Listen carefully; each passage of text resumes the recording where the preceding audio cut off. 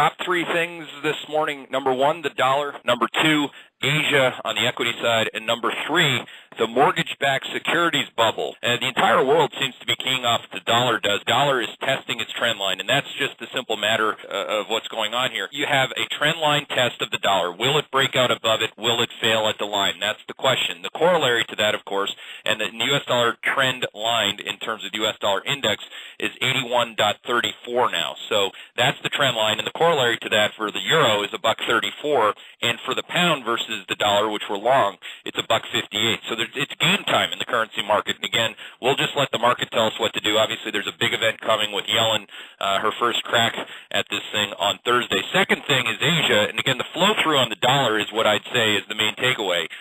What does the Nikkei like? The Nikkei likes it when the yen's down. When is the yen down? Well, when the dollar's up. So that's what you got. You get the yen down and the dollar up, and the Nikkei's up 2.2% on a very good move above our trade line. So this had been broken for more than a couple weeks at this point, and now you're back above immediate-term trade support for the Nikkei of 14,338. So again, watch what the dollar does, because that'll drive you towards what the yen and the Nikkei does. And then the upside down of that is the rest of emerging Asia doesn't like a strong dollar. Remember, India and Indonesia, which were all but crashing throughout the better part of the summer, did not like that strong dollar move, because what did it give the rupiah and the rupee? It gave it down moves. And what do you get when you get that? You get inflation. Looking at finally the MBS bubble, and the Keynesians are going to get to know this one really, really well. Andrew Hazar, he writes an op-ed to the Wall Street Journal today that says, "I'm sorry, America." This is in line with the Hedgeye risk management view, which is, again, the unintended consequences of the Fed putting people into an illiquid security that they can't get out of is going to be epic when it starts to come unglued. People cannot get out of MBS. And this is going to be Ben Bernanke's legacy and or Janet Yellen or both. So just watch that.